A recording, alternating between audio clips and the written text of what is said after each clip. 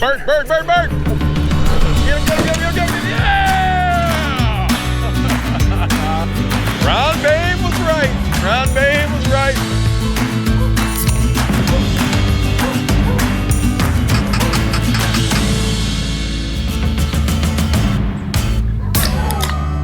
I'm feeling spry.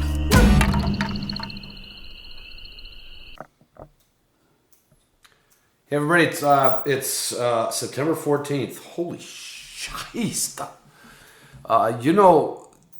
These usually come out on Sunday, sometimes out on Monday.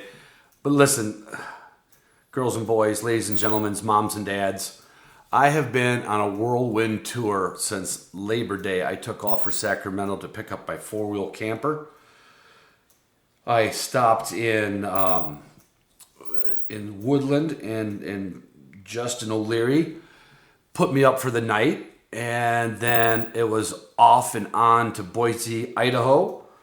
And Matt, my editor, met me at my friend Bill's house, and we did a visit over to Bob Ferris's Cedarwood Kennels, and we filmed an episode of Behind the Dog on the Poodle Pointer.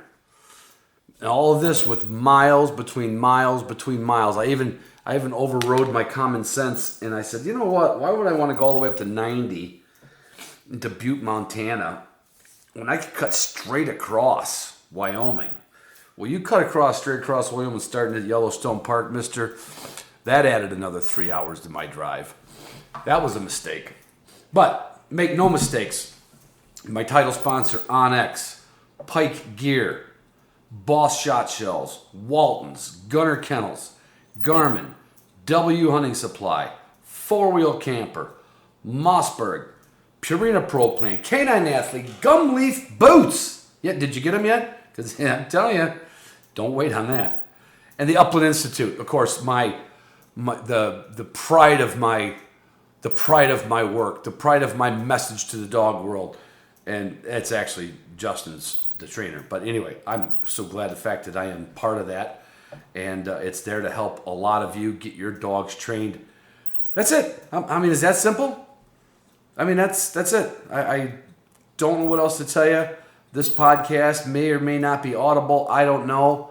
I recorded it in the garage. We were drinking beer. Who knows? This is what happens, though. The nice thing is the people that I meet along the way. I mean, literally, I'm sitting in my truck smoking a cigar in Reno, Nevada, and Hayden Shaw sends me a text. Heard you on the podcast. You're heading out. Wish you were stopping by Reno. And I'm like, what do you mean stopping by? I'm sleeping here tonight. So thank you to Hayden. He bought me a beer. I think maybe 2. Can't remember if we had 3 or 4. Anyway, I got to meet him and his Spanish pointers. You can see that picture on Instagram. And then another listener of mine, Justin O'Leary, had me overnight in Woodland, California, and one of my patrons, Mark Stinson, stopped by. I'm telling you, it was just like old home week. And then on the way home, I go up to on the way to Boise, I run into, this is unbelievable. I'm leaving in the middle of the night. I finally find this gas station that's open for coffee. The guy's in there making coffee, and he looks at me and he says, "You're Ron Baim, aren't you?" I'm like, "Oh," I'm thinking he was from Netflix or something. He goes, "No, I listen to you and I follow you on social media." I'm like, how in the hell does that coincidence happen in the middle of nowhere, Oregon? I didn't even know where it was. Yeah, I came out of Nevada, the bottom of Oregon. Yeah, it was Oregon. Anyway, but for the life of me, I remember that his friend had a short hair and he had a setter, and I forgot his name. Please write me and I apologize. But it's weird, just meeting people along the road.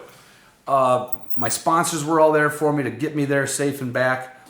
Now I'm ready to hunt my butt off, or my bunions off, or whatever off for the next week and a half, maybe 2 weeks. Depends on when I feel like going home. And that's it. So enjoy this podcast. Justin and Mark, I call this like Justin and Mark, what's that one silly movie? Adventure, who the fuck? You can tell I'm delirious. Literally 4,620 some miles since Labor Day. Whew. I love you guys, and I love you girls, and I love not driving even more. So I'm looking at the thing. No, you can't sit that far away, Justin. All right. You have Get to a wooden sit- chair. Look at that photo. I can't be That- sitting in a laid back That chair. is shot by iPhone. That is a beautiful picture. Yeah. I mean, you guys are ugly, but it's Ron's good. Well, I making- mean- Ron's making the photo. Ugly doesn't matter if the picture's good. Exactly. You know, the girl I dated in 7th grade was ugly, but I thought she painted a beautiful picture. Oh my god. You know, when I was in high school, I dated a nymphomaniac. Oh no, I didn't hit record yet. Oh my god, it was unbelievable. Unbelievable. What grade? 11th grade. Ooh, that'll mess you up for life. I missed the first month of school. Yeah. Oh, this one. I will tell you, this episode is going to be rated explicit on iTunes. I can tell. I can see this coming. Yeah, I often listen to these with my wife, so I gotta be. Oh yeah, careful. so don't, because I'm already recording, so don't worry. Yeah, Am I projecting enough? you're projecting just fine. Okay. Hey, what's Hey everybody, I'm sitting in. Now I'm going to screw it up. Woodland, California. It's O'Leary. O'Leary. Justin O'Leary's barn, garage. What would you call this? I It's like think a pole. I think you I would about almost- nailed it. I would almost call it a pole barn back in the day. And so I'm on my way out to pick up the Model M camper in Woodland, California, and Justin's a listener. And he says, "You're coming to Woodland? I live like 10 minutes from the camper place." Just down the road. And then one of my patrons, Mark Stinson, you got the T in there, Mark? Did I get that right? Nice. Mark's been listening. He's one of the few people out there who's listened to every episode I've ever done, and I give him credit for that. So he hooks up with Justin, and we just left the sunflower field. Yup. We're going to talk a little California hunting, a little Michigan home stories, because Yeah. Mark is a Michigander, even though I'm an Illini, but the bulk of my life has been in Michigan. A little embarrassing at some point, one end or the other. But anyway, so yeah, I'm just out here on this 2,262 mile journey to get to Model M camp. Oh, look at that. Nice. So Justin just cleaned a dove, and it looks like, if you ever watched the movie Lucifer, it looks like the wings on Lucifer. Breast only, one pull of the finger. Let me see that again. Are you doing? There- Are you doing this, there's- Justin? There's no audio on this, but I'm gonna nick So you peeling back the skin like peel we all back the do, skin, and and you then get just under the breast right there. under the breast, and just a Do one Pop it out. finger around the head there, oh, you got the head and you up. got the wing there, Okay, and then you're up. Oh, You're out. look at that. So when we had breast tonight for dinner with Yep. bacon, Yep. that's why I saw a little stubby wing bone on it. That's exactly right. That's not a bad deal though. Yep. They weren't splintered. They were Oh. broken off the joint. I learned that one from Uncle Sean out there in Arizona on Nice. the Quail. So this is the beauty, and this podcast may mean nothing to anybody except that's what I do. I drive around, I meet people, and I'm meeting listeners that I've never met before, and we're having a beer, and we just got done with a little dove hunt out in the sunflowers field in, what do you call this valley? Is it Sacramento Valley? Yeah. What is it, Sacramento Valley? Yep. It's just gorgeous. There's a mountain range off in the sunset. Enjoying a Sudworks Brewing, So let's give them a plug. Oh know? yeah, they're from Davis. a little local beer. The People's Pilsner. Yeah, German. Not bad. Oh, I'm good. Put that one back in there because I still got to. Here, I got some uh, shiner. switch me out. Oh, I'm switch. I'm switch, changing up, man. Switch Send them you out. over. Oh, you want me to do the Sam Adams? Yeah, you do the Sam Adams. Now I got to I'll drink do twice as fast. Anyway, I want a little background. I'm going to start with Justin. Little background. I know you grew up in the mountains. Yeah. Now yeah. you live in the valley, but a little of your dog hunting history. I grew up just outside of South Lake Tahoe, California, and just got passionate about bird hunting. Introduced to it at a young age in Arizona, where my family's from, chasing quail in the desert, and then With no dogs, though. no dogs. Yeah, Right, no you dogs. we just went out and. Yeah, just chased around the gambles. Gambles. Okay. Yep. Where about? Outside of Scottsdale, kind of towards the Verde River. North. Yep. Yep. Okay. Lake Roosevelt, chasing birds around there. And so, yeah, when I got about 21 years old, I got my first dog. I got a black lab named Duke, and we started duck hunting a lot, and that was kind of the jam for us. We were jump shooting rivers over near Mammoth Lakes. This is in Arizona. This is in California. Oh, back in California. Okay. Yep, moved back to California, and we're hunting the eastern Sierras over by Mammoth Lakes, kind of in the Owens Valley. There's some alkaline ponds there and some rivers there, and so we did some jump shooting and then stumbled into some quail over there and really enjoyed that. And then went up to Tule Lake, did a little pheasant hunting, started getting into the upland game scene. Found myself into a Brittany, and there's no looking back. I mean, once you hunt behind a pointing dog, it's well, a whole I will have experience. listeners that are probably like, oh, but I love my lab. I know, and he's right here with us. Yeah. But your Brittany stole the show because first of all, your lab is old, and the Brittany every dove you guys knock down, Brittany's like, I can beat you to it. I can beat you to it. The lab got one. The lab got one. Yeah. Old Duke got one. Wait a minute, did you guys hit two birds? Because I was observing from the tail. Hey, We're not going here. easy. We're not going here. Because Mark went through a few shells. I saw him throw an empty You know, box. you know what he said? He goes like, well, the box wasn't full. Yeah. Boy, left the truck. Yeah. So you're on your first pointing dog. You're Brittany. First pointing dog, and it's If been. you hear a lot of noise, we have a cat that wants to be part of the dove cleaning process here. We got a random barn cat. Oh, that's not the one with the collar, is it? No, this is it. This is just Oh, our is it? barn cat. Oh, there it is. Hangs The collar. out. On it. Yeah. But yeah, the So what made you go on to Brittany? Like, did you just find a breeder near you, or was it just like I saw one in a magazine, or what was the deal with the Brit? So I hunted in Arizona with my uncle, and his buddy Dave Harris had a Brittany Pepper that I hunted with one time, and so it kind of stuck in my mind that the Brittany could do the quail, very well. And so I guess when it came time to get a pointing breed, it just instantly came in my mind to get a Brittany. You had some because that familiarity with it. Yeah, that was the familiar bird dog.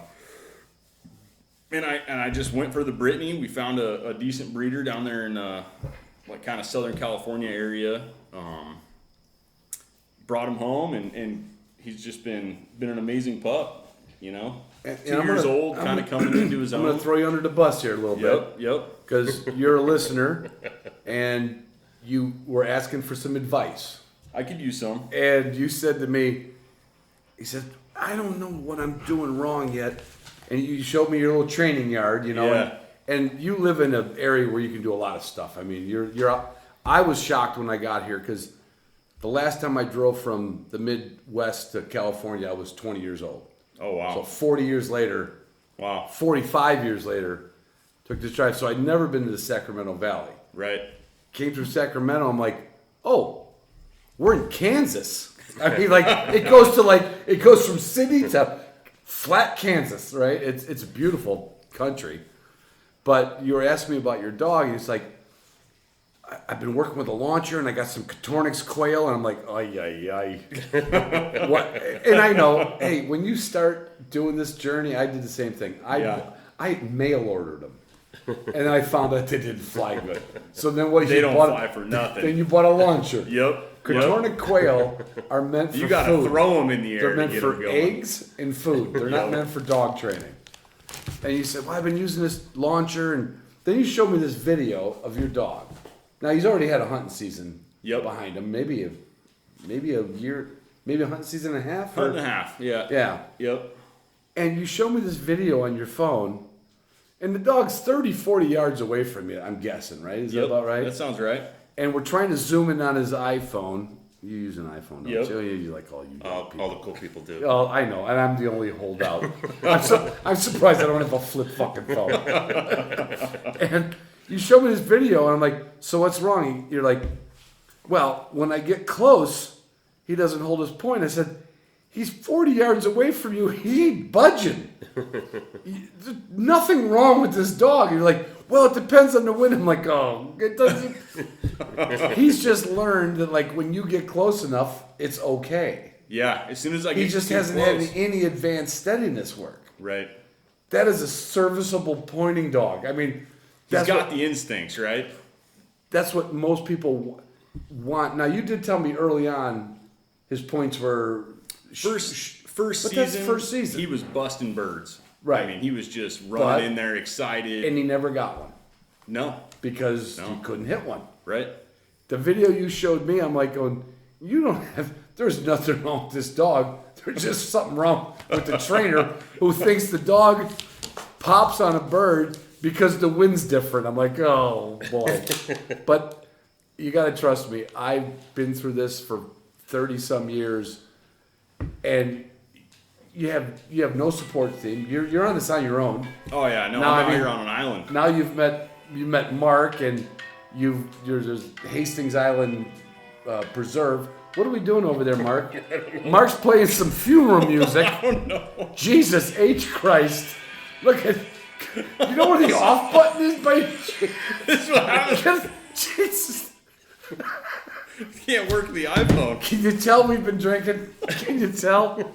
Anyway, Oh jeez. I'm just telling you, I've I don't never know. heard that You know, music and in my life. The fact that I'll probably never drive this far again is we may never meet each other again, but we'll probably talk yearly. Yeah. Your Brittany has zero problems. Hey, I appreciate And then we went dove hunting tonight. He doesn't jump out early. He Yeah. waits till you shoot. Yeah. Great water retrieves. water retrieves, and the only thing he does is drop the bird at your feet. He In gets front of about 3 feet in front of me, and then he lets it go. you. And that's just normal. Ron, you know what he needs? The Upland Institute trained retreat. Thank you, Mark. Boy, that was a shameless plug. Someone's got to send him my way. Boy, that was segued right into that. Mark, what's your story with? Now, you've been listening to the podcast. You said from the beginning, Yes, I've listened to and we've never everyone. met, but we've messaged back and forth over the years. And you have a Brittany. I do. Yeah, her name What- is her name is Sima, short for Cimarron, and Cimarron, New Mexico. There's a story that goes with that. You can talk louder, or And do I have to? And she came in. I got her from she was the hunting dog of a very well-known dog trainer Okay. around the area, Steve Clausen from Blue Ridge Kennels. And so this was Steve's dog, and he took her hunting, chukar hunting mostly, I think. Yeah. And so I bought her from him, and she's been fantastic. So is she your first bird dog? Your first pointing dog? I've got a pointing dog, yeah. Yeah. So Before that, did you have dogs? I had a Welsh Springer Spaniel and Ooh. a Lab. My friend in Pennsylvania had one of A them. Welshie? Yeah. Yeah. They're pretty dogs. They are. I mean, they're just gorgeous. They're aren't just. they? I was gonna say gorgeous. I'm like, should I say gorgeous? No, they're gorgeous. They're just like And they're fun in the field, popping up and down, a lot of animation to Oh them. yeah. And did you hunt with the? And then I got a Lab. That Lab was a rescue, and well, he hunts. But it's a rescue. Yeah. He'll bring back a dead bird, huh? Yeah, he'll Well, he find didn't him. say that. Okay. So here's the thing. He actually has a better nose than the Brittany and the English. As far as seven. going for dead. No, live or dead. Just- He'll find him. He's got a really, really good nose. Just missing the prey drive. He's a little bit, but if he's out with one of the other dogs, he knows what we're doing. But So his animation, he's just a more methodical little. oh yeah, Yeah. But a lab, you also got to have it 20 yards. I mean, yeah. but you want an active 20 yards. You don't want you want a very active. Oh, he's active. Perfect. And he's He's back and perfect, forth, then. and he's within 20 yards of me. We all have perfect dogs. So he's within 20 yards. If we're hunting, depends on where we're hunting. Perfect dogs with unperfect days. Yeah, the problem is the shooting. Yeah, I saw that tonight. Mark went through a box. Oh God, that was bad. I think we only came back I with heard 6 birds. I heard a lot of shooting. Like do do do do do do.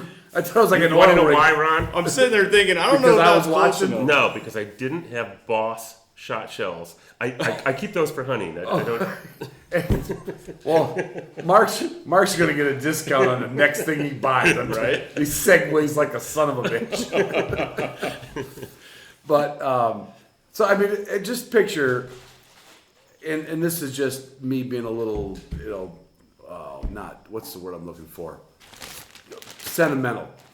I start this podcast, people listen around the country, and then when they hear me coming somewhere, like, hey, let's get together, and I'm not gonna like, oh, I don't have time. Like, no, I want to meet these idiots that listen to this show. Now, I just couldn't believe you were coming to get a camper 15 minutes from the farm. From the farm, You know? Yeah, when you started talking about that, I'm like, there. And by the way, it's You're not 20 Sacramento. minutes. It's Woodland. It's Woodley. Yeah, it's not Sacramento.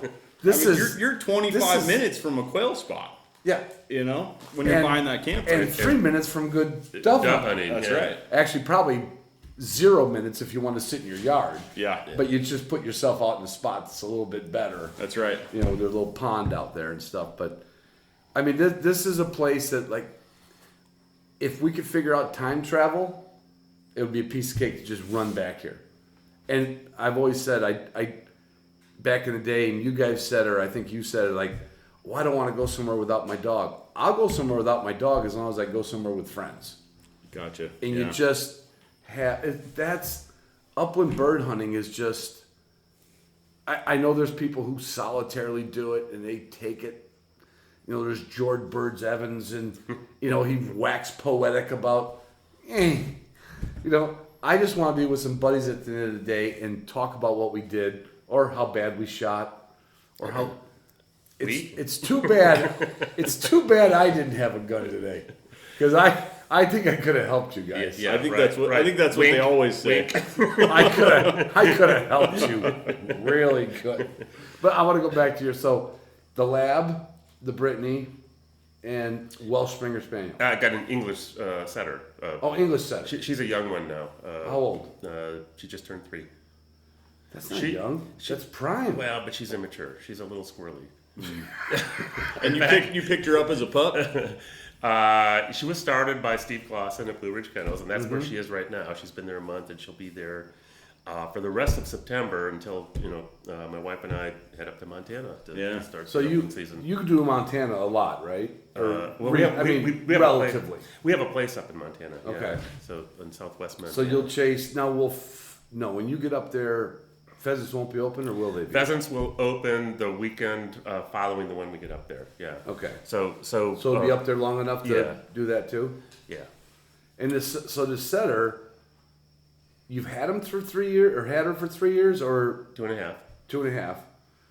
And you say she's a little squirrely.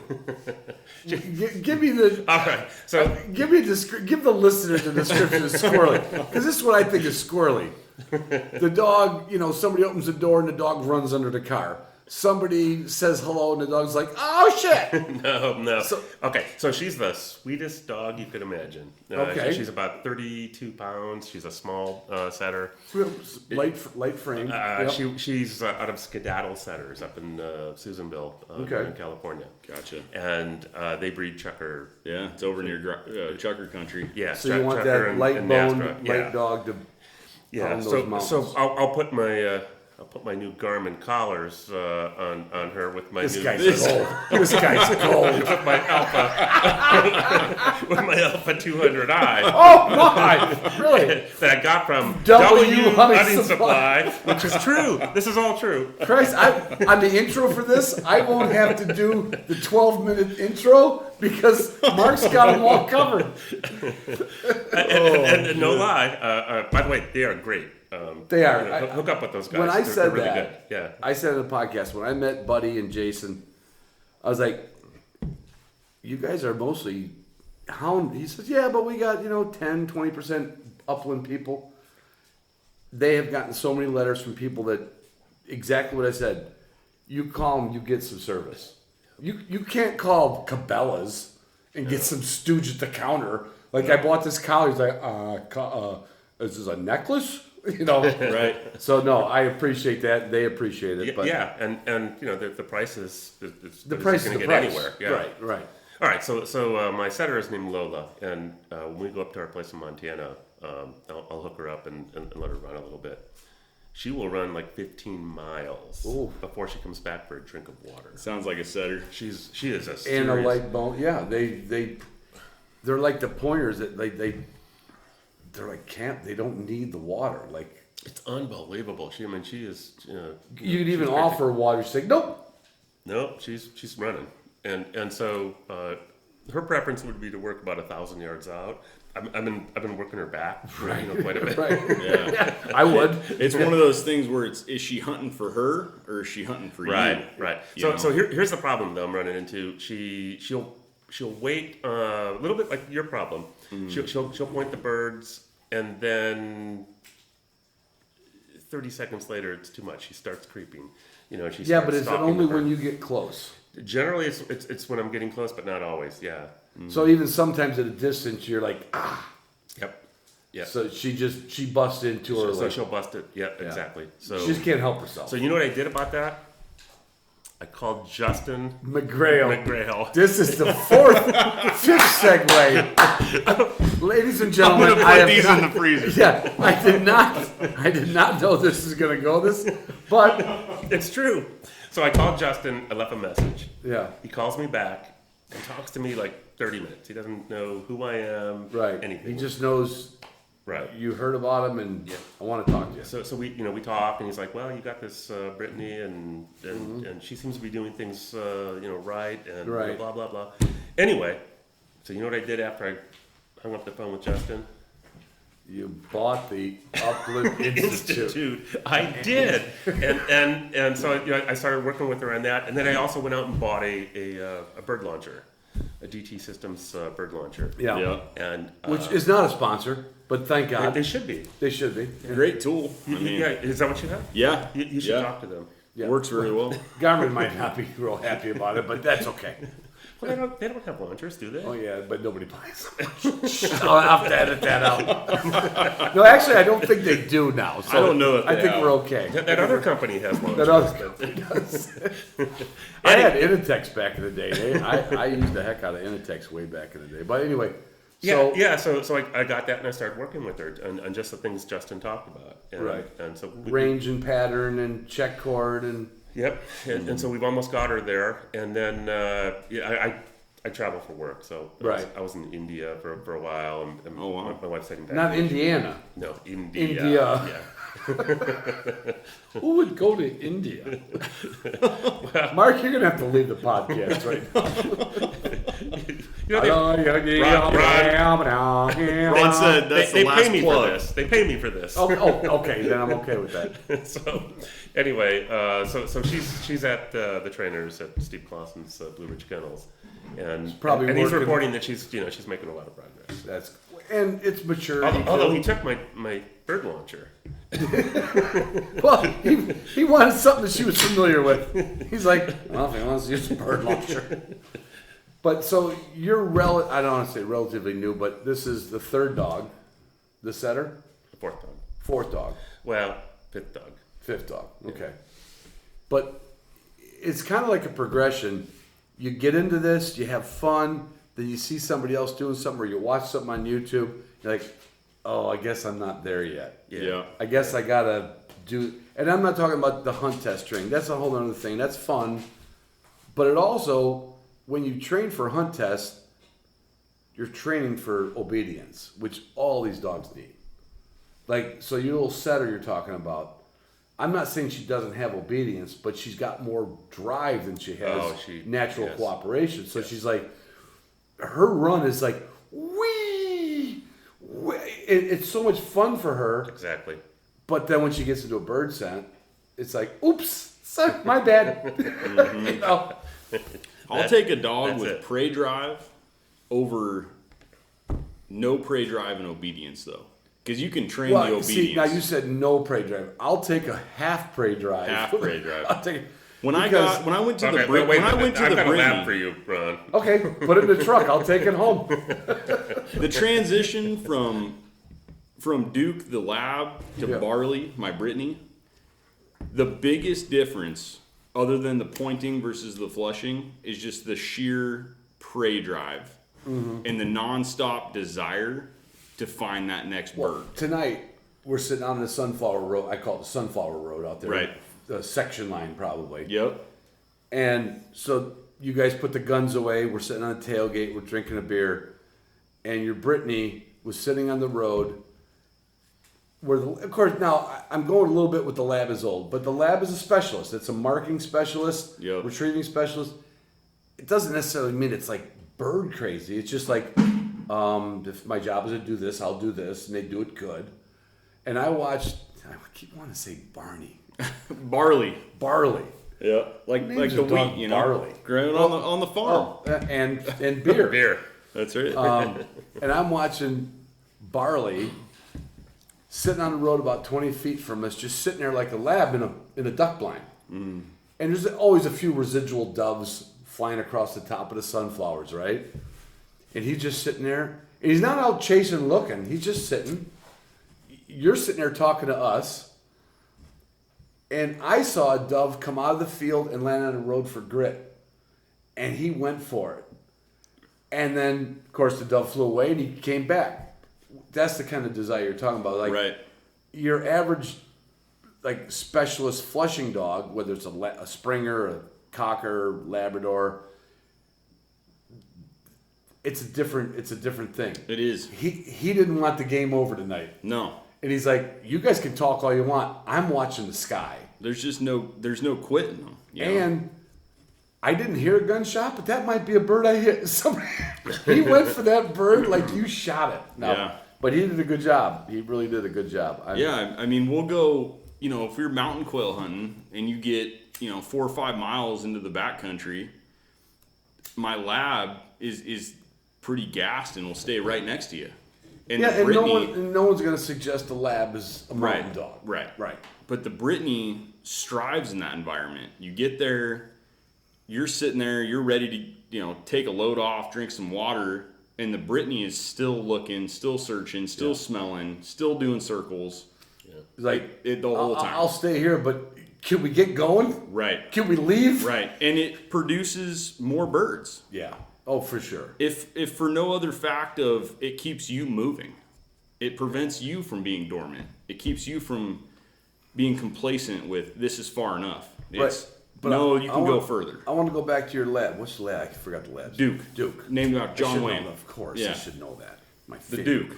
favorite movies in the world. Dancing Duke Kennels was my kennel name. Yep. So you came out of the mountains in California, Right. And now you live in the Sacramento Valley. Yep. But you had Duke 9 years ago.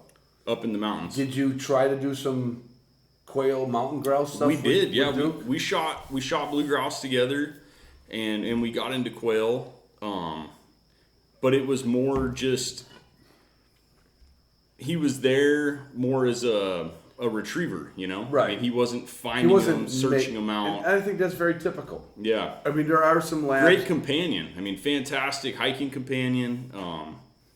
Amazing dog. I mean, best dog. He's a sweetheart. He's a sweetheart. Amazing. Not trying to downplay how amazing Look, he is. I'm even telling him he's a sweetheart. He's not. He's just opening the one eye. He's like, I know you're talking about. Oh, man, he's tired after running down that road. I know. And the poor bastard's got to follow Justin on a 4-wheeler. The Brittany's 100 feet under the. He's 100 feet, and the lab's going. Why do we do this every night? My hips hurt. But he's a sweetheart. But no, I don't think anybody would argue the Labrador is certainly an upland dog, but it's not a high desire, high running. It's not what they're built for. Yep. They're a retrieving, marking specialist. They're fantastic noses. Great companion. But that's what you started with, going after some of the mountain birds. That's what I started with. Yeah. And you just kind of realize that they aren't going to cover the ground. They're not going to. They're not going to get into those gnarly berry bushes and high elevation brush because they're already tired from the 4 or 5 mile hike in. It's like hunting with me. Yeah, and you're climbing, 2,000, 3,000 feet elevation, depending on which mountain you're climbing. Right. And even when he was younger, it's just a different demeanor. It's a different demeanor. It is. They like to stay close. He would have loved it if you just became a duck hunter. That's right. He'd have been like, my game. That's right. My and game. he's retrieved many ducks. Many ducks. Breaking ice and doing lots of duck hunting outside of Tahoe.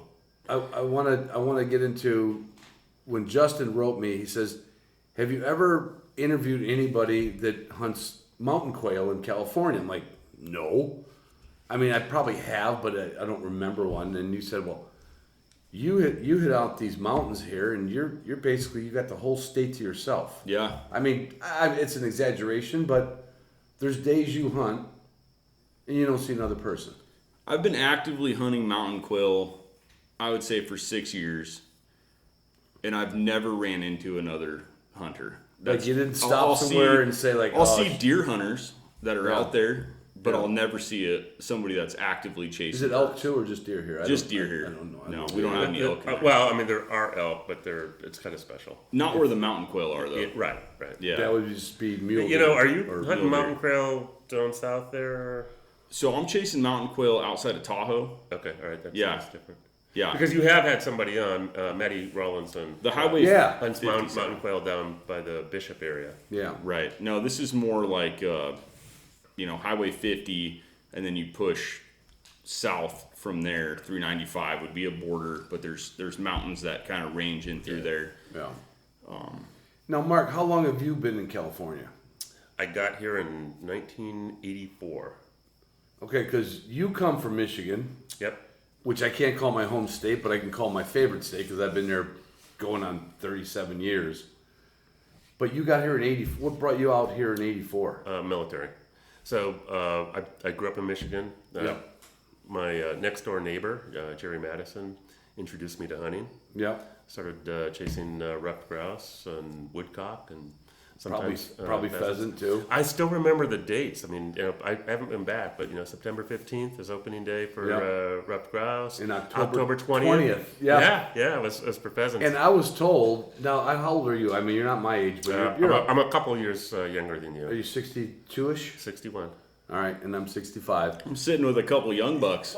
Yo, yeah. You're going to help us get back to the truck later on, Justin. So, when I moved to Michigan, one of my best friends, Jerry Bazell, even in West Michigan, there was pheasants all over the place. And there was pheasants all over the place when you grew up in Michigan. Yep. You couldn't hunt right where we lived, but literally all around us were pheasants. Jerry had a place in Imlay City. Did Jerry have a dog too? For a while there when we were hunting, he didn't, and we just went by just ourselves. walked him up. We just walked him Yeah, up. I mean that is a story. That's hard. That's hard with pheasants. For ruffed grouse and woodcock, it wasn't actually that bad. If the population's good, Yeah. How was it retrieving, though? Getting into them and getting the shot is one thing. if you kill them, you're good. If you kill a rough grouse, it's only 30 yards from you. It's pretty close. They're Yeah. usually I've pretty never There's hunted no them, such so thing I'm as not- a flyaway wounded grouse like a pheasant that goes 200 yards with a bad Because the only walk-up hunting I've done is when I was younger in Arizona, and you'd shoot the gambles, Right. and they just look like a rock. They just blend in with the terrain. Couldn't find them. We rarely had a problem. Okay, so you could find them. Yeah, because the rough grouse are pretty close generally. Gotcha. And pheasants could be an issue, but If you cripple one, you ain't gonna find it as a human. Right. Yeah. But as you saw, I'm deadly. like Annie Oakley's cousin. Yeah, Helen. The maiden name was Keller.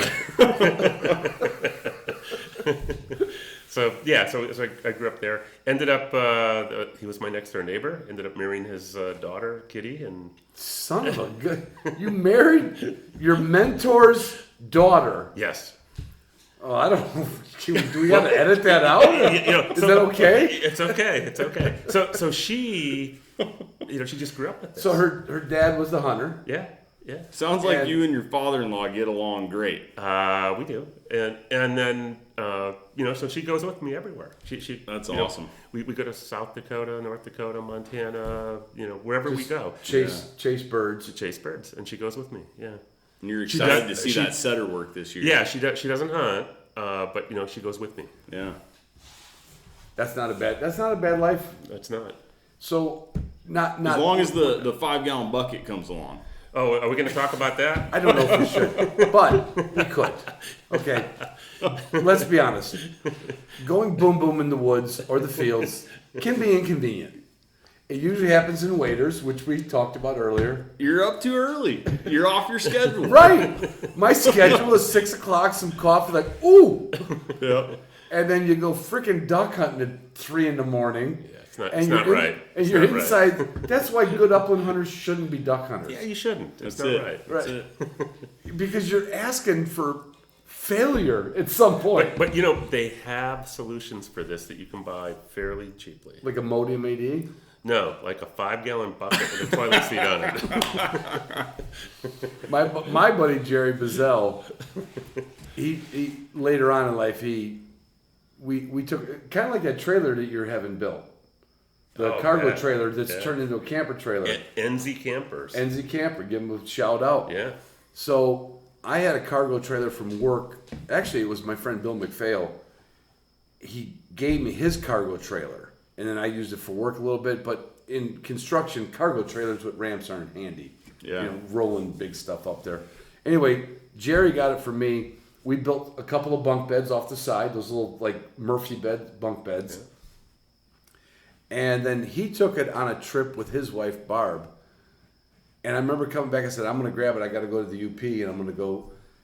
And he did it one step better. He made a plywood square box that the 5-gallon pail sat in. So when the lid was closed, it just looked like a cubicle. Yeah. I like it. And I said, what is that? He goes, he picks up the lid and he's like, Barbara don't like to go in the woods.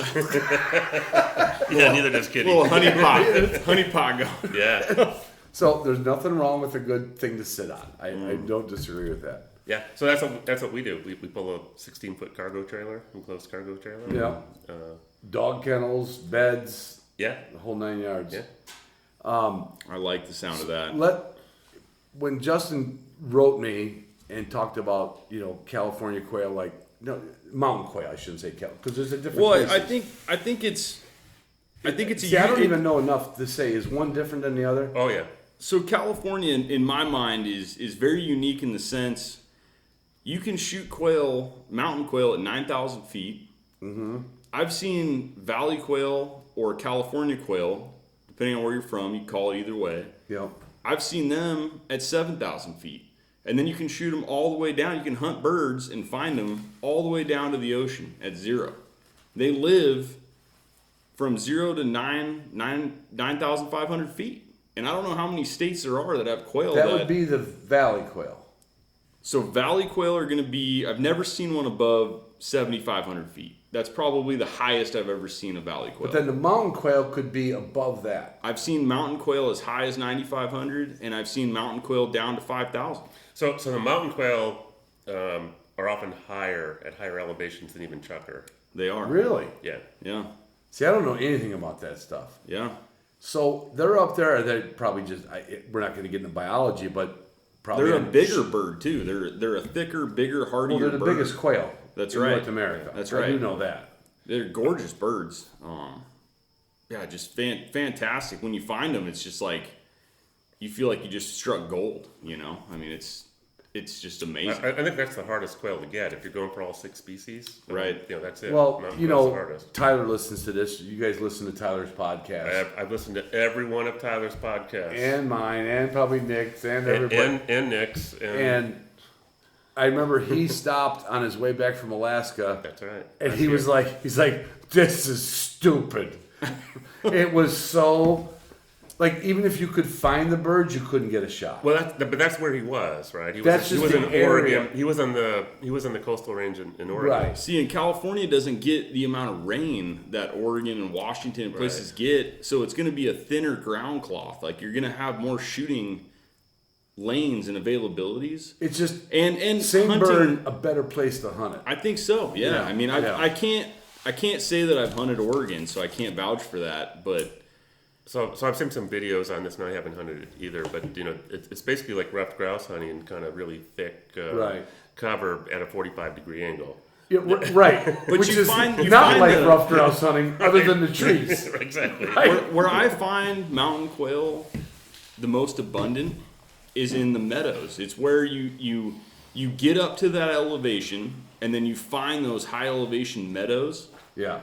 So that would be kind of like blue grouse hunting a little bit. Not every time, but it's very common to find blue grouse holding with mountain quail in the same meadow. Really? I've seen that several times. And that would not be in Montana because there's no mountain quail in Montana. No quail at all in Montana. I don't. Right. You're right. Yeah. And then, but here because there are blue grouse. Right. and the mountain quail have been here, and that's a totally natural bird, right? I mean, Yeah, native bird. Yeah, native bird. Yep. I mean, it's the California state bird. Is the quail? Well, California quail. that's the one with the little top knot. Well, they all have the top knot, but the mountain quail is going to be like two toothpicks sticking straight up, versus the valley quail. Curly little. Looks more like a Gambles or something like Looks that. like where Jimmy Dean with a. You got it. Yeah. Yep. And I've never been the person who's like the bucket list. And I heard you say like, "Oh, I got to get that bird." To me, it's like going somewhere. If that bird got on my bucket list, I'd be tickled. But there's no way I would be like, all right, check off 2024. I am going for this bird that I'm going to hate going after. Yeah. But, and I know you do enough of it here that if I was close enough to be here, there's probably a couple hunts I could go on that were not going to kill me. Not going to kill you, but you're going to sleep good that night. God damn it. You're going to sleep good that We're night. right back at that again, aren't we? Have you ever gone back to Michigan, Mark, since to visit relatives, yeah. but not to hunt? Not to hunt. I've thought about it many times. Because it's And- kind of like your roots. Yeah. Yeah. But it's a 3-day drive, a hard 3-day drive. Tell me about it. I just got here. I only get so much vacation time, Right. And so I want to take the dogs. I don't want to fly out there. So, so you're talking about 6, maybe 7 days, Right, because just you got to get travel. back. You can't just drive there and not get back. Yeah, exactly. Yeah. So I've thought about it a lot because I really love ruffed grouse hunting. But the truth is, I don't know if I could do it like I used to do it. That is hard. Oh yeah, it's real hard. Just being that thick stuff. So, So if you had one last hunt oh my in God, your life, that's a one good last question. hunt, what bird are you going for? Mearns quail in Arizona. Ron, you got one last hunt. It's always going to be the ringneck pheasant. Really? In what state? Where? What state? It really wouldn't matter as long as they were truly wild, because this is self-aggrandizing here. I feel they're like me when I grew up. We were always sneaking around the alleys and sneaking around the back of cops and hiding from people. I mean, like we literally, our childhood was like, duck, hide, dive, run, duck, here they come. There is no bird, and I'll go to my grave with this. There is no game bird that is nastier and not. There's game like you were talking about the mountain quail. Mm-hmm. They live in some habitat that's like so fucking gnarly and on an angle. It makes it impossible for you to get a shot. I could be in South Dakota, on flat as this Sacramento Valley, and a pheasant could go up, back, sideways, crossways, end up behind you. I remember one time. This is no kidding. I've smoked cigars and cigarettes over the years, and I remember one time I stopped. Dogs on point, dogs moving. Dogs on point, dogs moving. There's a little patch of grass left. I'm like, well, we lost them, right? We just lost them. The dog lost them. I don't know how the dog lost them. We're talking about a piece of grass half the size of your garage here. Right. And I'm like, okay. Grabbed an L&M, hit my lighter, started talking to the guys who were over. I said, all right, hey, you want to... right from my heel. There's no game bird that does that except a pheasant. Yeah. I've hunted rough grouse. Now, of course, I've stepped on rough grouse, but it's not like I was already chasing it. He just happened to decide to go, I'm going to hold. Oh, shit, he stopped. A pheasant would go 40 yards right, 40 yards left, go backwards, and then come back just to fuck with you. Yeah. I mean, they are, I don't care what anybody says, you get a truly wild rooster pheasant. How that thing came from China and adapted to this country, I don't know. Right. There's no harder bird to, even for a dog to figure out. And everybody says, and I've had some good pointing dogs that I would never say they mastered it. Haskell was one, my black wire hair, that was pretty damn good. Bravo was not good at it. Artie was not good at it.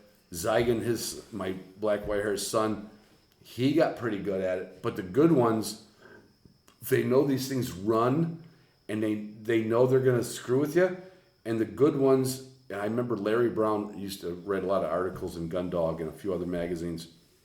I remember reading, he says, the good ones, they get frustrated because this scenario's played out over and over. Yeah. And they just go wide, like some wide receiver, and they go wide and they come around, and now the pheasant's like, fuck. Trapped. And the pheasant's trapped. And that's where you got to trust the dog. You got to let the dog work. And the only dog that can do that is a dog that lost a whole bunch of them by trailing them. Right. And the dog is just like, let me just try this. Yeah. So that's a smart dog. For my one bird, one last hunt, it would be wild roosters with a dog. Now with my current dogs, because I'm going home. I'm going to the A&P market to get something to eat. But that's my favorite. What about you? Well, so there's another dimension to that too, Yeah. and they're probably the hardest one to bring down. Oh my God, Hardy yes. bird. Right? I mean, Oh, they're hard. You really have to nail them to bring them down cold. They are. You can blow some tail feathers off, and You can blow legs off of them. And they're gone. They are a very hardy bird. You cannot take a pheasant down unless it's a neck, head, or it gets in the internal organs and it. Yeah. It's like you're shooting. It's like you're shooting a turkey almost. But you it's insult just it with a going wing, Mach 1, with a wing shot and maybe a little abdomen shot. Yeah. He's like, "What do you got? Is that all you got?" Yeah. They will go. And here in California with the steel shot, it's a nightmare. Oh. I mean, you can't bring these things down. Wait a minute. Oh, that's there's the a problem. segue. That was the problem today. That was steel shot I was using. It is a nightmare. That's true. I was hitting all those birds. Yeah. They just weren't going down. They're wounded birds, and then 7 steel is not really good. And then the flip side to that Had I been finish using line is Boss shot shells, yeah. those birds would have gone down. Oh fuck yeah! And you end up chewing down on one of those Segue pellets, City. like I did last Put year. that cigar butt into that beer. Uh-oh. Ron needs another one here. I'm drinking it. I drink. Oh God, that tastes like a cigar butt. Let's get you a Miller. Oh, that's Bring perfect. you back home. Yeah, it's like my last one. So, all right. So you asked me what my favorite one. Your favorite. What about your? I mean, If I could have one last bird hunt, for me it would be Arizona Gambles with my Uncle Sean, just because that's where it all began. When I was 10 years old. that visual memory. When I got my first shotgun, 10 years old, no bird dog, but my Uncle Sean and my Grandpa Reed took me out. Did you get one? Oh, yeah. Oh, that's good. Oh, yeah. And I was hooked. It was all I wanted to do, and it took years for me to... My father wasn't really big into the bird hunting, and it kind of took for me to get older to get into it, but I always had that itch, that bug. I knew how good it was, And so if it was the last. It's funny how bird that bites you like a mosquito. hunt, once you're bit, it's Now you do a little, and I will make fun of fly fishing. oh, here we go. That's both of us, Yeah, I'm like, how do you? We're sitting next to a fly fishing raft as we speak. It's a beautiful raft, but it's like I don't get it. But I'll bet you if I did it, I would get it. Yeah. It's that same kind of I shouldn't say impossible odds, but a whole lot of work for a little return on investment. But when you get it, it's there. Oh well, Yeah. it is fly fishing to fishing. Seen that beer trick, Fly right? fishing to fishing is what upland hunting is to hunting. yeah.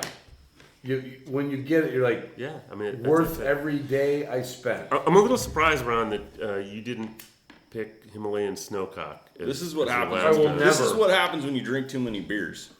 You realize That's a parlor trick. how much alcohol needs, or how much beer needs to be in a beer to tip. I could do that in a heartbeat. All you gotta do is take the can, turn it on its side. You done it before? Look at that. Look at that. Wait, come on. I've been drinking beer before you were born. I can show you 20 bar tricks. All right. Let's go back to fly fishing. All right, get back on the fly fishing. So I wanted to learn to fly fish. I got myself a good rod and reel.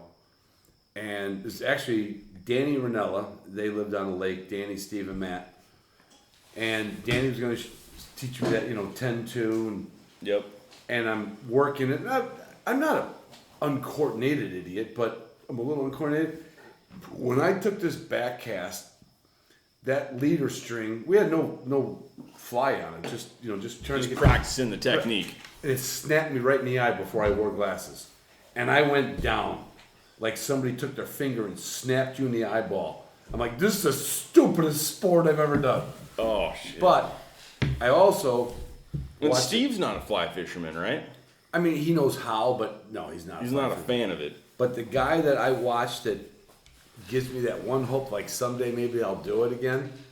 I was with Ryan, and we were fishing for silver salmon. The rest of us were using spinners, and Ryan came up and had his fly rod, and he was stumbling over the rocks and his waders and fishes on, and I mean.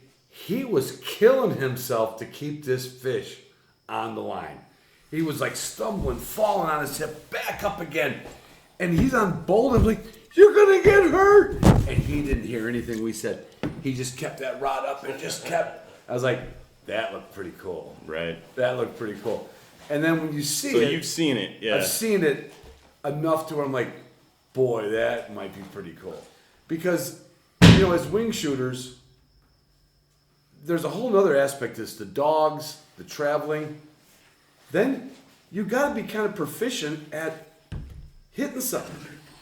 Because, I mean, if you had a good dog and good birds, and if you can't hit anything, you're going to end up quitting. Yeah. Right? I mean, there's just no point.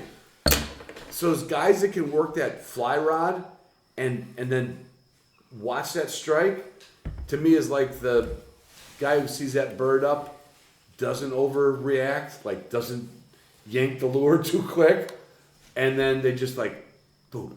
You're right. And I can see that similarity. There's very much a timing of it. I mean, right. Just last weekend, I'm in Washington State with my older brother who lives up there, about 45 minutes from the border of Canada, and we hike up 10 miles to Granite Lake, and there's these Arctic grayling, and they're very selective. But they will hit the dry fly, and you're fishing for them, and when they surface, they're not big eaters like a trout would just come up and just gob it up, right? They kind of sip it real quick, right? And if you set too quick, right, you're gonna lose the fish. So so there is a timing aspect. And if you pull the trigger too early, I think what it is there's there's a connection between yourself and the fish, just like there's a connection between you and the bird. Yeah. The only thing missing is the bird dog, and that's what makes it not as fun. Right. You got to have the bird dog. So is the bird dog the bobber?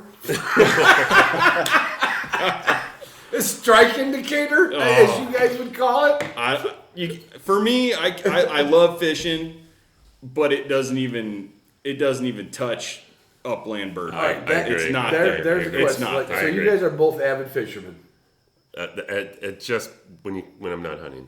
Right, but you would say avid. You like it. I like it, yes. So that you brought up a good point, and I don't think anybody's ever. Well, I don't think I've ever talked about it on the podcast all in 10 years. So I actually do like that. I go out on Lake Michigan at least once a year for we troll for salmon and steelhead and cohos. Yeah, those are steelhead. But another podcast. No, you're right. You're right, Mark. But are they landlocked? They're in the Great Lakes. They're the Great Lakes. So they've got salmon and they've got steelhead but it's not okay. They're exactly the same, really. But gotcha. But those rods are all bent, and when a fish is on, I mean, you could lose it, but it's like whack, and somebody takes their turn and goes up and reels in. I think that's cool as hell.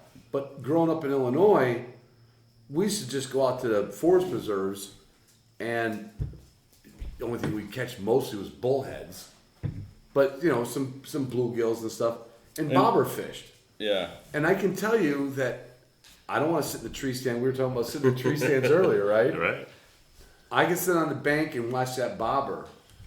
And that little bobber, it's like, oh, it could be a bluegill that big. And I'm like, oh, that's sweet. It's amazing what you can get addicted to. Yeah, and I mean, But you couldn't addict me to something that you'll see a kid that's excited about that, right? Like, Oh, yeah. I think it's is I think it's almost primal and instinctful that you're catching dinner, you're catching food. Yeah. You know, like it's something that's still as advanced as we has become. I think it's honestly something that's ingrained in us. It's you're harvesting a bird, you're harvesting a fish. I took two of my daughters, I got 3 daughters, 2 of them hunt.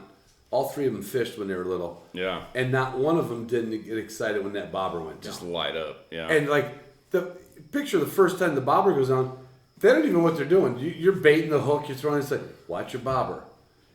And they're like giddy. Yeah. You know? And then That's amazing. doing that when you have I guess the bobber bobbing, knowing you got something is like that first dog pointing something, or that first dog that you know is flushing something. But then when it comes together, it's like, I'm done. I might as well either start it on cocaine, Las Vegas gambling, or bird dogs. But you know, for me, I grew up in Michigan, and there's an awful lot of fishing going on, and so I didn't start fly fishing. Why I gave it up is the same reason I gave up deer hunting in Michigan and never got involved in waterfowl hunting, because you sat there. You sat in a blind for deer hunting. You kind of... You sat on the shore with a bobber. Sat and you just watched that. It was like, this is not for me. I like to keep moving. So I was really attracted to fly upland. fishing is an extension of Exactly. moving. You know, because you're casting a lot, and You're working. You're really concentrating on getting the perfect cast to the perfect location. Right. And even if it doesn't work. Yeah, exactly. But that's it, right? It's kind of hard to do to get it exactly where you want it, to get it to land the way you want it, and that attracted me. I'm fully engaged doing that. Yeah. And we're not going to take anything away from deer hunters, because I've hunted a couple. Well, and deer hunting's different in the West to some degree, right? Like if you're stalking or whatever. Yeah, that's more of that's probably a little bit more primal than what we're doing. Right. That's I've got to use my wits and not make the wrong move.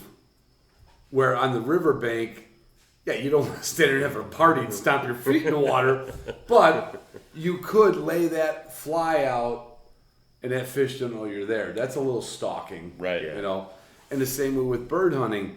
You get into a field, and depending on the bird species, you're not going to get out and have a polka before you go pheasant hunting, because the pheasants are like, oh no, them polka guys are here again. Although I don't know, we got like 2 vehicles sitting out there, and we're just standing on the road. Dove hunting is different. Doves are stupid. Doves are suicidal. They got a death wish. Doves are so suicidal that you could shoot, they could take a circle and like, God damn it, who's making all the noise? I want to go back and eat something. Yep. That to me, dove hunting is not. It is hunting. It's dove shooting. It's shooting, but it's so much fun. It's September. We can pick on it and say like, oh, it's a dumb bird, and it's a bird that like, oh, it's not that, you don't walk them up, you don't look for the habitat. How about the wing shooting part of it though? Yeah, that's a challenge. No kidding. I go through. Right, Mark. No. I learned a dove hunt in Virginia because Michigan's never had it. Well, a few years ago they had it for like a 1-year season and a couple lower. That's terrible. Oh, that was some kind of big old moth on me. And then they banned it again, so there's no dove hunting in Michigan. But when I dove hunted in Virginia, it's such a social event. It's so much fun. Yeah. And I would always bring out 3 boxes of shells. And after 2 boxes of shells, I'd have 10 birds. Now that's not great. That's not great shooting average. But you kind of get a little excited because there's doves flying everywhere. You're like, boom, boom, boom, boom, boom, boom. And then people start leaving the dove field, and you're like, I still got to get 5 birds. And then you start waiting for your shots. And your last 5 doves, you might use 8, 10 shells. But my first 10's 50. 50. It is. I know what you mean. It's humbling. It's humbling. How Hey, about? are you going to do a podcast on that really cool looking camper thing you got going there? Well, I'll do a podcast about it, but not with the company. But yeah, I mean, I came out here to pick up the 4-wheel camper, and Man, that thing was, I'm excited to start. yeah. It might put a little step in my not a hitch in my giddy up. That's the opposite. Pep in my step. Because I'll tell you what, Ron wishes he was a couple inches taller so you could grab those latches. I had to buy. He's got a real cute little step stool that he picked up. It's the same step stool that my grandson uses to wash his hands at the It is quite adorable to watch him work those 11-inch latches. collapsible step stool, so I can unlatch the hood latches on my Model M camper. But it is an amazing camper. When you set that thing all the way up, Oh, I you mean, just it's think built about- so solid with the aluminum. When you slid that bed out, I was like, wow. It's a king size bed. Wow. I mean, I'm looking for what I'm really looking what forward an to. is- amazing design that thing is. And I said this earlier on when we started. I was like, I will probably not drive from Michigan to here. Although now that I know you guys, I'm like, maybe if my wife dies. But Let's hope that doesn't happen. she doesn't listen to the podcast. Hey, she's welcome to come too, Ron. It's Ixnand MK. Anyway, I drive a lot to hunt and record, and you go to a motel and you got the dogs and the food like that. To just stop my truck, I don't even have to pull the bed out. I could leave it half mast. Right. Yeah, no, I cannot wait. And when you hit And the button for the fan and the pop top just opens yeah, up it's automatic, pretty sweet. and it's all just automated. It's like sci-fi. It is. Yeah. Yeah, I think you it's don't, pretty you don't have to trick. leave the field. So depending on where you're hunting, Right. you're on And BLM or there's something. there's a few spots I've hunted back in And the you day. got cold beer all the time. There's no shortage. Exactly. Solar panels, solar light. You know what my biggest problem Cold is? birds, cold beer. I'll tell you guys. Wait a minute, I know what your biggest problem is. All right, not that problem. Mark, thank you. My biggest problem is in the 16-ounce aluminum bottle. I'm going to tell you a story, and I don't think I've ever told this on the podcast. When I first met these people in North Dakota and we became friends, and they said, we only let our friends stay here. I'm like, okay, I just thought they rented it out. And she goes, when do you want to stay? I'm like, we're friends? And I got there a day before my buddies got there because I wanted to. And I'm in North Dakota, which is be like in the middle of nowhere, North Dakota. Yeah. All the lights are off and I'm laying in bed. I was scared. There was a full moon and a yard light. Or no, I'm sorry. It was what do you call it? Not a full moon. What's the opposite? A new moon or New moon. Oh, new your moon is crescent no moon. light, right? No light. No moon. No light. New Yeah, moon. And there's a yard light. And there was an evergreen branch or tree that was outside the window. And I'm laying in this bed. Like when I got there, it was light. I'm like, oh my God, look at there's nobody here. My dogs are running free. I got them kenneled up. I laid in bed, and that yard light, it looked like a werewolf. And the branches were moving, and I thought he was talking. How much sleep did you get that night? How much beer Not a did- lot. How much beer did you drink? Not enough. But just bring this around to the Model M camper. Like, I'm going to hunt out of this thing, but I'm going to get in. I'm like, oh, I'm going to have a gun with me because I get out in the middle of nowhere. I'm like, I'm just a little nervous. Yeah. And I'm 65 years old. I think I'm 22.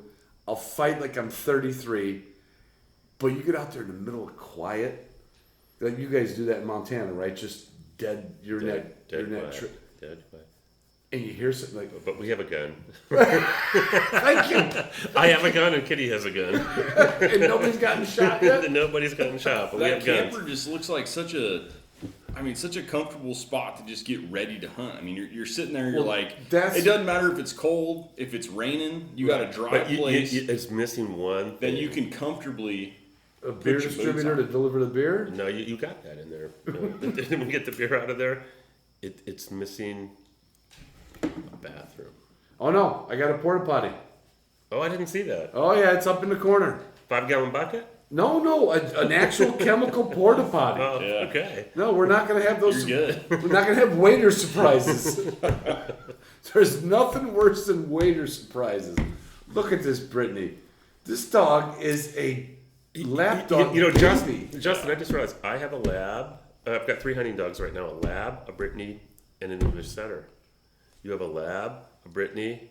Sounds like I need to get a setter. Sounds like you need to get a setter. Look at this baby. Look at him. I'll tell you, this is no bullshit. Not because we're drinking. When a dog can do this and look you in the eyes, they're honest. Yeah. They are honest. You know what I mean? Because I had a dog I was very fond of back in the day. Queenie. Really good hunting short hair. You couldn't do this with her. Even when she was in, like, if we were in the garage, she'd just go over there.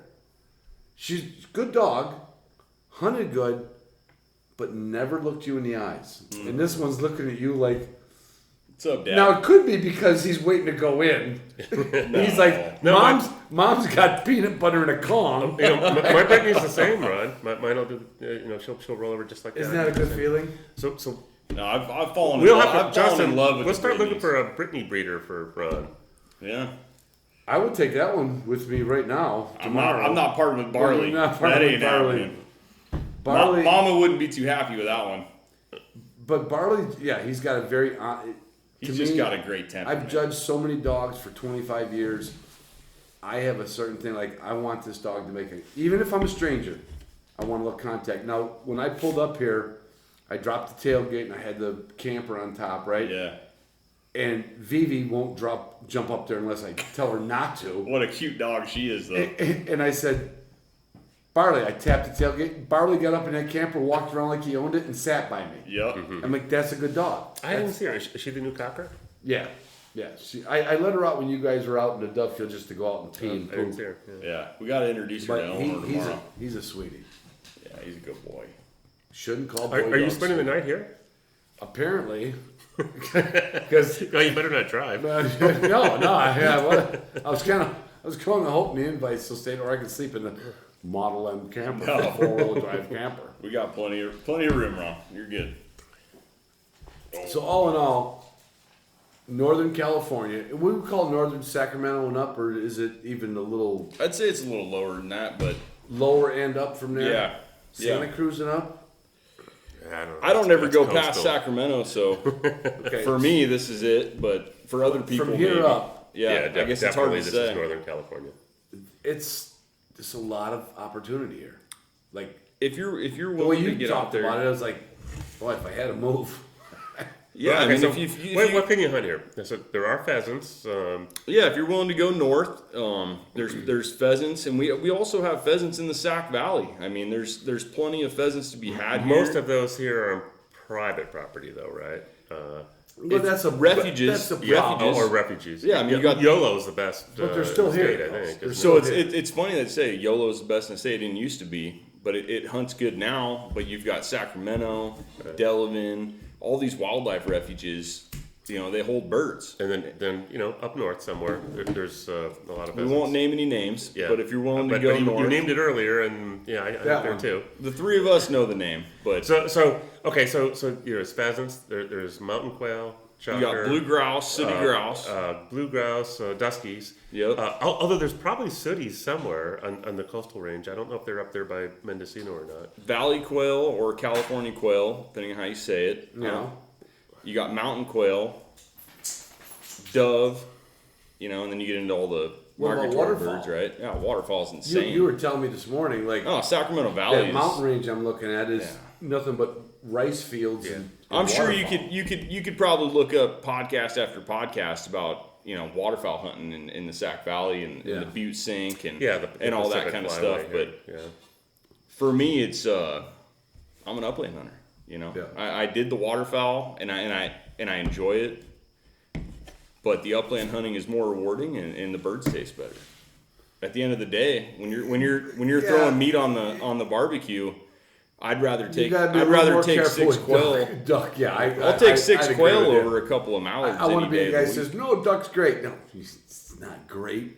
Upland birds are greater. Hey, well, we cooked up those dove tonight, right? I mean, Yeah. bacon wrapped dove, nothing special. And they were delicious. I felt they were Right. good. And honestly, everyone's like, "Oh, bacon wrap," but once I bite the bacon off it, I'm digging into the breast. And you cooked it perfect. Didn't It was overcook it. Still red as could be. Yeah. And I gnawed them down to the cartilage. Yeah, just eat them like a chicken wing, right off the bone. I ate them like they were going to quit making them. Well, listen, it's guys, tasty. this is great. So I don't want to say this is the hidden secret, but there's a lot of upland hunting in Northern California. Northern California, it's underrepresented for sure. Yeah. If you're willing to work for it, and And from here up, I mean, there's a ton of public land. there's an endless amount of public. Yeah, there's land. a lot of public land for sure. Right. Absolutely. Endless. Yeah, we're very blessed with having that. Mark, you're going to head to Montana when? At the end of the month, so we'll be up there for all of October and November, doing a. You're going to stay up there? Yeah, I've got a place up there. I thought you were still working. I can work from up there. Oh, I hate you guys again. I put in conveyors. I couldn't work from home because Hey, I got they that didn't blue, send the conveyors to my house. I worked from home for 2 years. during well, I this- know that, blue but collar life, right? oh yeah, Yeah, you're a You're not diesel- going to work on a diesel engine while you're in Montana because they ain't bringing you one. They don't break down in convenient locations. No. Yeah. You know what's funny is I'm out in the middle of nowhere, Montana, and I actually have fiber running, to my place. And so I could run a data center from my house in Montana. Wow. Well, that's it's the same literally- thing in North Dakota. It's just They out in have the middle of fiber nowhere. optic. You think like, how do they justify fiber optic with 8 people in 3 miles? Fiber optic in North Dakota. I would never guess that. And so I got. I don't know really- that much about it, but I got really like, oh, I know why. Because there's missile silos everywhere, right? I'm like, oh, that's why they got fiber optic. And I know a guy from the military who I got to know from North Dakota. And I said to him, I said, well, you guys all have, this desolate farmhouse has fiber optic going down the road. It's because of your missile silos. He goes like, no. Missile silos don't run on fiber optic because you can hack fiber optic. They run on satellite. They run on old school shit with some copper wires, and Yeah, they don't. on satellite. Tried and true. There's all these rural, bringing the internet to the rural communities, and so they did it with the best technology. so yeah, when we bought the property a while back, part of it was like we're in the middle of nowhere out here, and oh my God, look at that! Yeah, there's fiber right there. Right at the road, so all we had to do was pay to run that to the house. Oh, Yeah. isn't that something? And I could run a data center from our place. I know when I'm in I've North got Dakota, way better when I'm in internet North there than Dakota- here in California. right? When I'm in North Dakota, my buddy Roof always has to work from home or work from where he's at.